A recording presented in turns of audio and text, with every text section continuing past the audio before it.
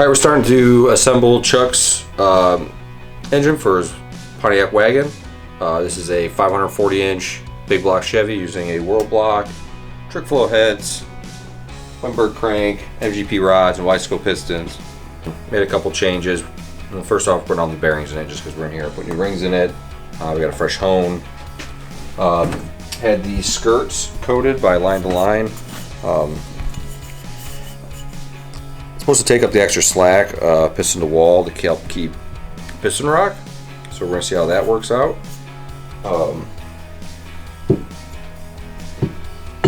We O-ring the block this time. We did a double O-ring, so an O-ring on the head and the block. And they were lined up. Talked to somebody else that did it, and they've had really good luck with it and drag and drive stuff, so we figured we'd just start there and go that route. So we'll have some copperhead gaskets for it this time. I'm going to put the same cam back in it, but we might change that later. Nick over at BTR might be interested in changing cams and see for some testing. Got a couple other things we'll go over as we hit them, but for the most part it'll be very similar to what it was, just O-ringed, coating on the skirts. So same pistons, same rods, just new bearings. We went through this engine after sick week. It was a brand new engine for that. Didn't have any major issues. Got a couple oil leaks, and he was doing some upgrades. Wanted to go faster on sick week. It went to 746.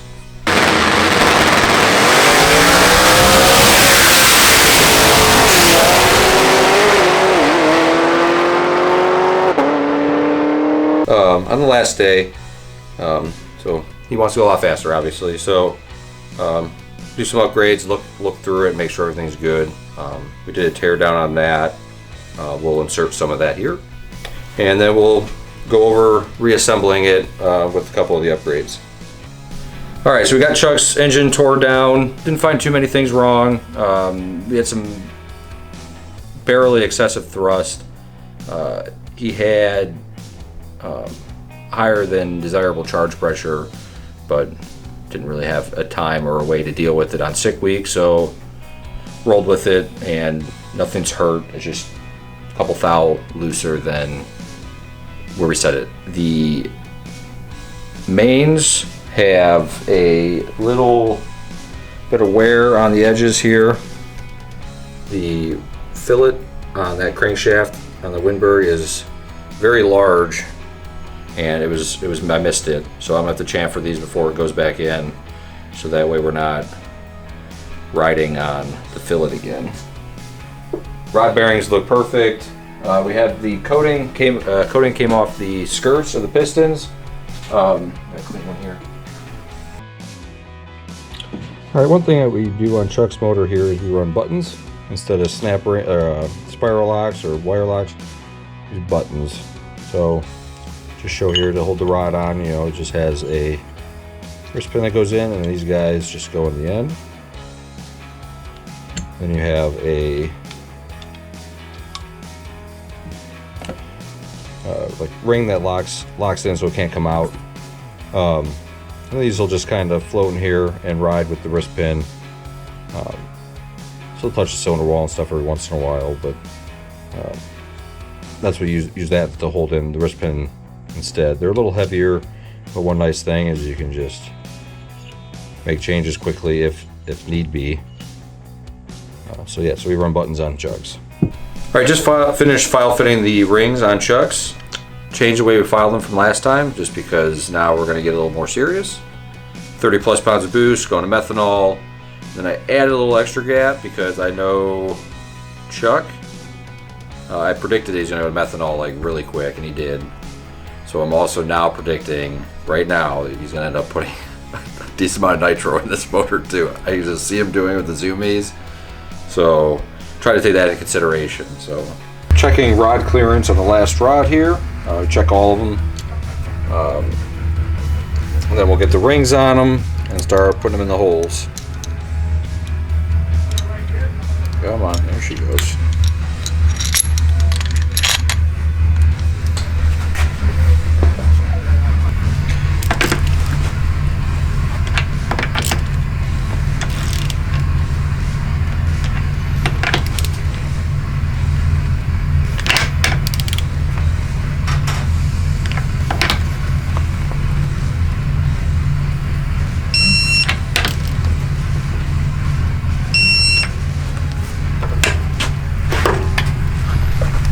right, we checked the rod clearance. It's at the minimum recommended clearance for our setup with these rods. So we're right at 3 thou on all of them. As high as 3.2. So we're gonna run that and see what the bearings look like when we pull it apart next winter.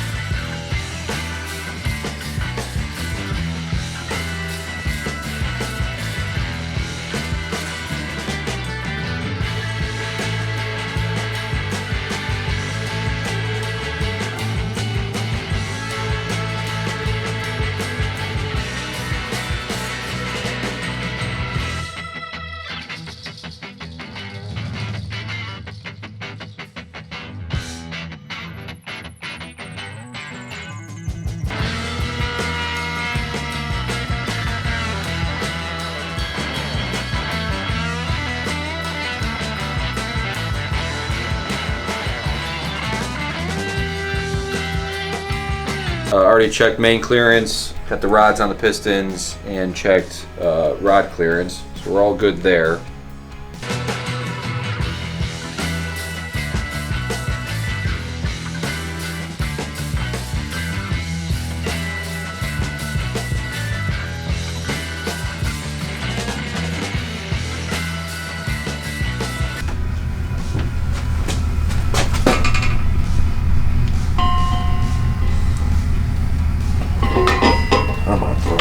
There she goes.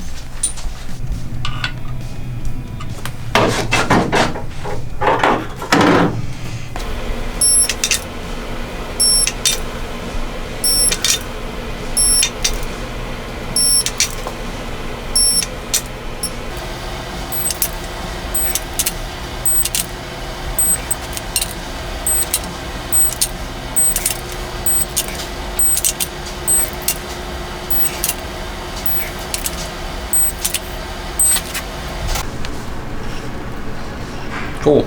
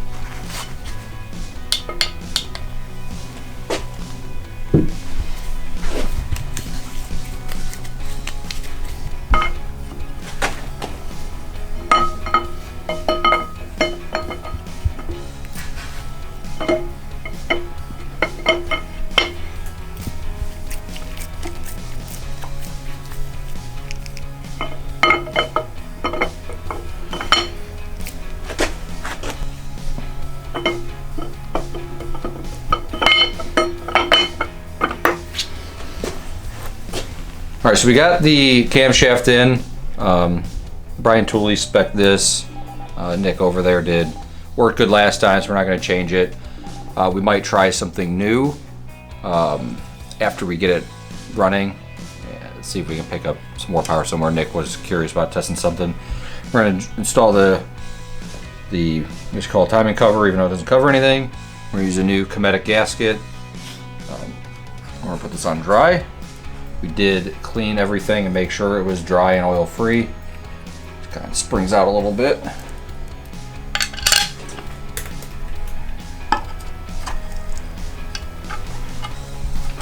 all the seals on the Jessel stuff are supposed to remain dry. They're a dry seal.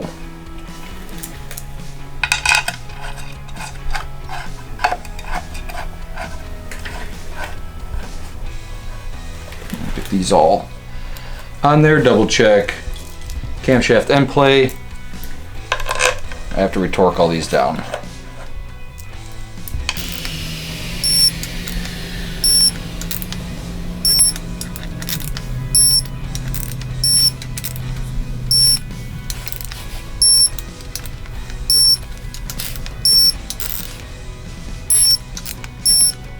Put a little anti-seize in there, and we're gonna put some RTV here to help seal it so nothing walks out onto the belt.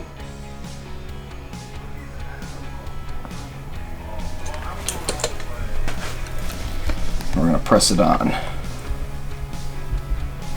With any luck, there she goes.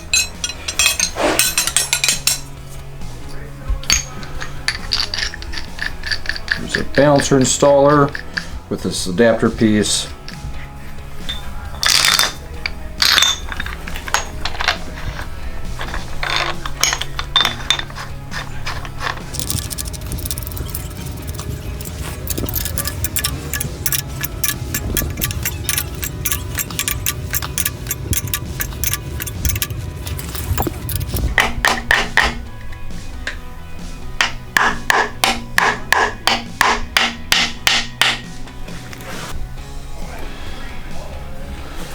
I'll line up the dots here first.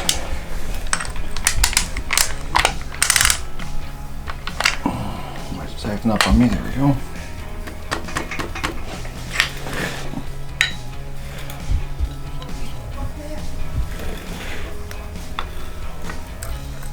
Come on.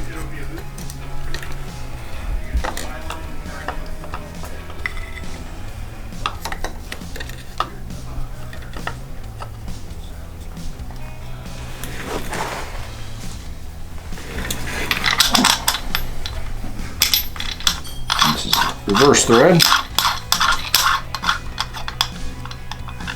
We'll snug all this down and then we'll double check that the cam's still were where we put it before. So, I mean, new belt, but everything else is the same. So, in theory, it should be the same. We're gonna double check.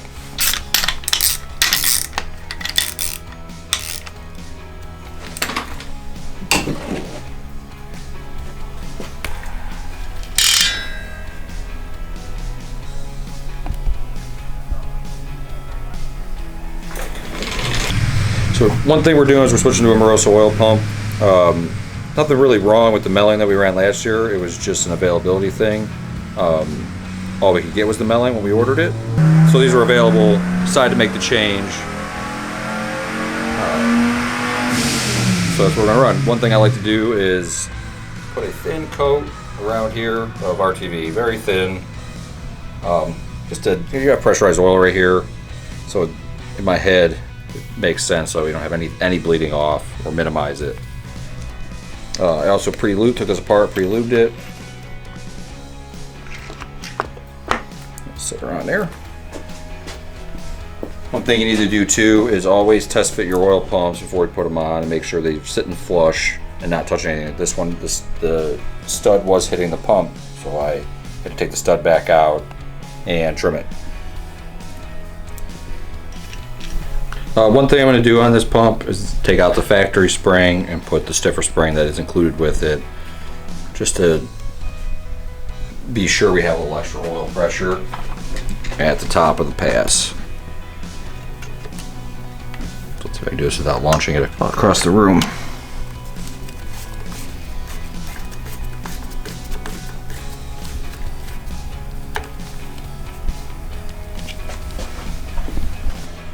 Made a couple changes to the oil pan.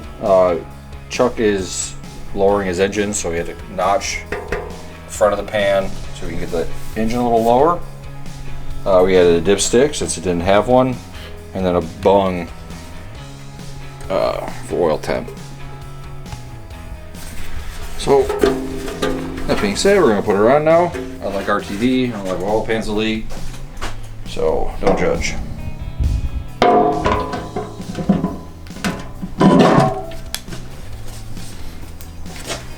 This one has 6 nuts that go down inside here, so we're going to do the front and back, and then we're going to turn the engine over and do it from underneath so I don't drop any nuts into the engine while it's upside down, and then I start all over. This we're running a Cometic copperhead gasket. These are 63 thou thick. We're also doing a double O-ring. So an O-ring in the head and in the block, both lined up to each other. Got this idea from the Taylors, Alex and Dennis, in their video. So we figured we'd give it a shot if it works for them. So that's where we're going. When you run a copperhead gasket with water, you definitely want to make sure you seal it up. There's lots of ways to do it. People have multiple different ways. We use Hylamar. It's blue, sprayed on both sides. Kind of see it poking out on the side here when we get it all torqued down. So we'll spray it, put the head gasket on, put that on, and then we'll torque it down.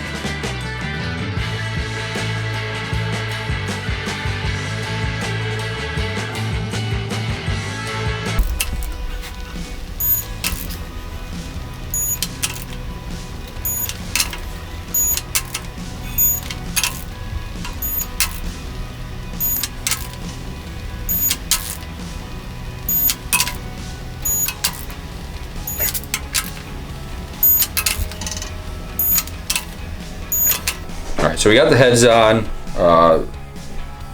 Now we're starting to deal with the valve train. So we're running the same BAM lifters we did last time.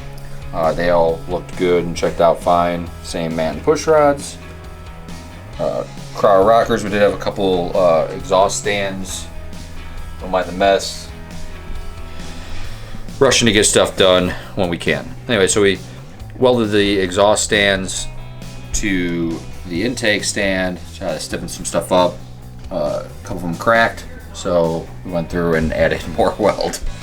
So hopefully that checks out better. So now we just got to put the rockers on, lash it, and after that we'll put the new intake manifold on, and balancer and drive and all that. So you'll see that here in a little bit.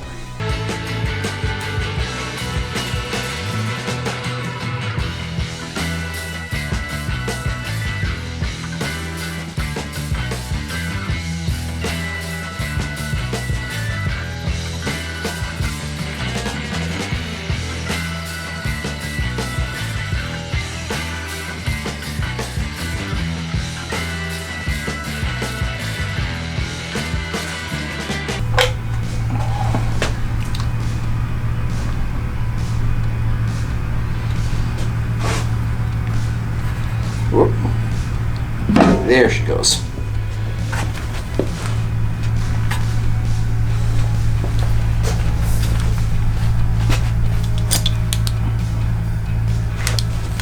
Cool.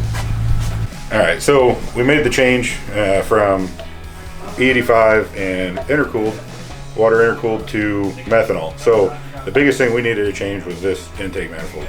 I kind of started looking around at a couple different places. Called Thomsen. He was able to make this for me.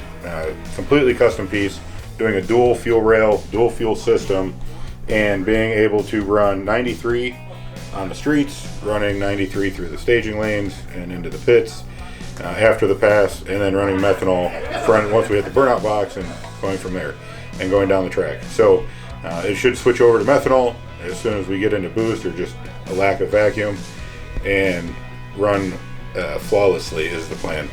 Very, very nice piece. Everything seems to work out pretty well.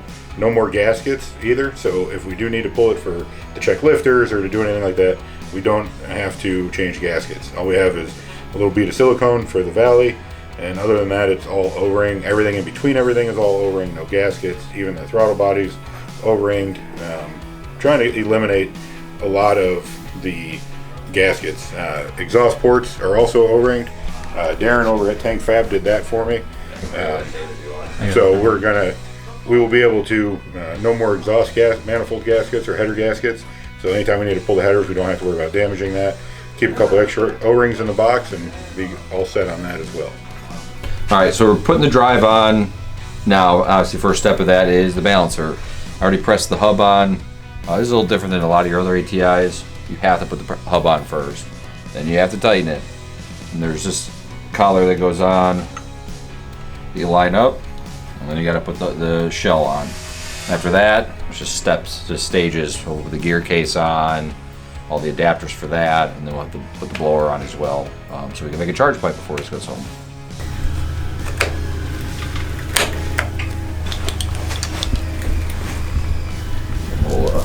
All right, now we're going to bolt the shell on. Just going to line it up. You've done these before, you know there's an offset hole. One hole is different than the other, so you have to line that guy up. And you put all the bolts in and torque it down.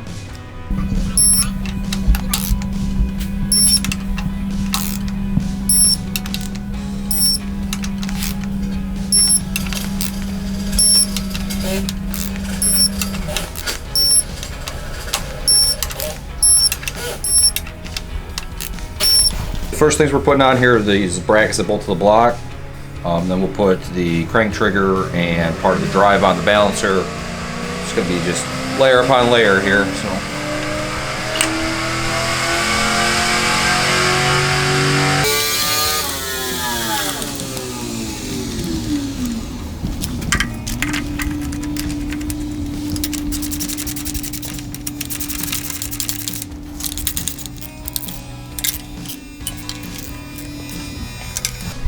All right, now that we got these on, we're going to start putting the crank trigger wheel and the adapter piece to the first part of the adapter piece to go to the gear case, the transmission.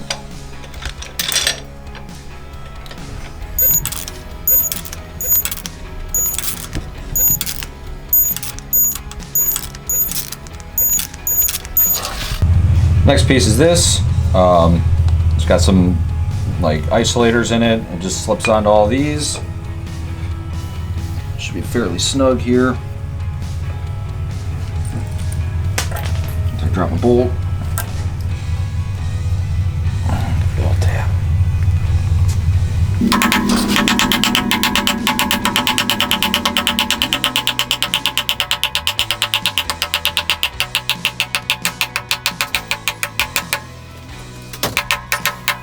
Now it gets 3 bolts.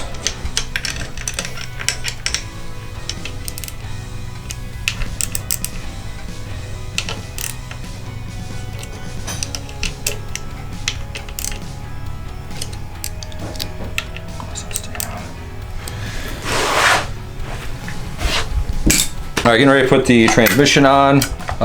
Might notice the motor plate on now. Totally forgot to put that on. That changes the spacing of everything. So anyways, it's on now. We're gonna probably put this on. Just slips into the adapters there on the crank and then bolts on. If you're not familiar with crank drive setups, this is pretty much your pulley sizes. So there's gears in here that you change out to change how fast you spin the blower. So that's its purpose.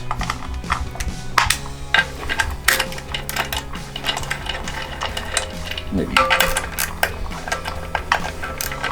There she goes.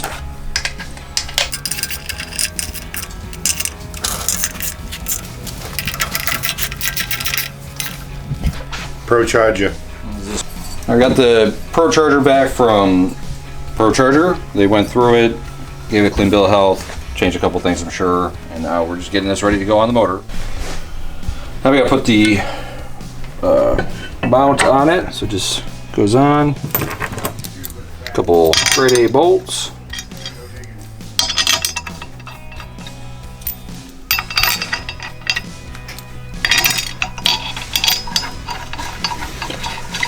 Hello again, Chuck.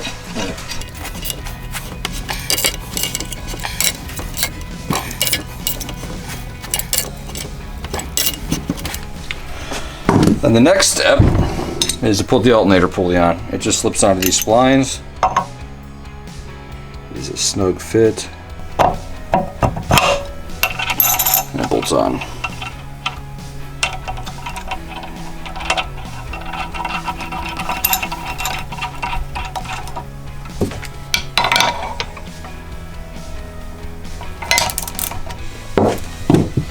Now she's ready to go on the motor. Hey Chuck, you know this pulley's got to go on after this? Yes. Alright, I do now too. Next thing we're putting on is the drive for the fuel pump. He is switching to methanol, so we got a mechanical pump, so we got this new drive to go on to the ProCharger to run the pump. So I got to put that on. Just 2 little keys. Gear. That runs a belt inside, it spins everything.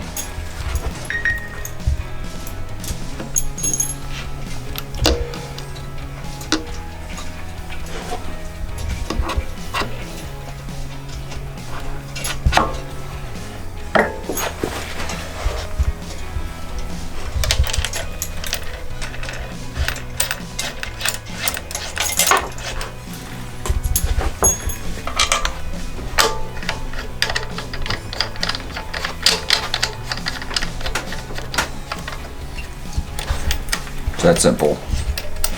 Next, we will put the ProCharger on after Chuck is done clocking it. Have you ever done this before? In the hand? Times. You need loading or something?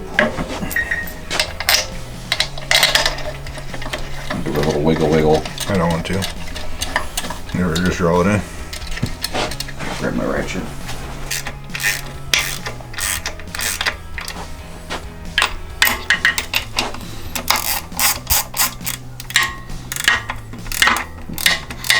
I would use a wrench. Whoa, you use a wrench? I do. Just for that one bolt. Actually, both top ones. If it falls, don't catch it. I'm gonna catch it.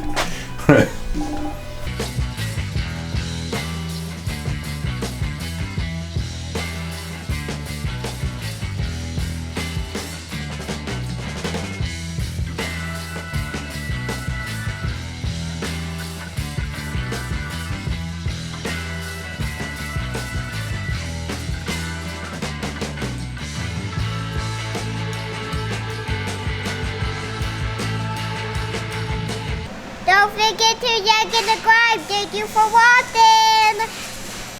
ProCharger.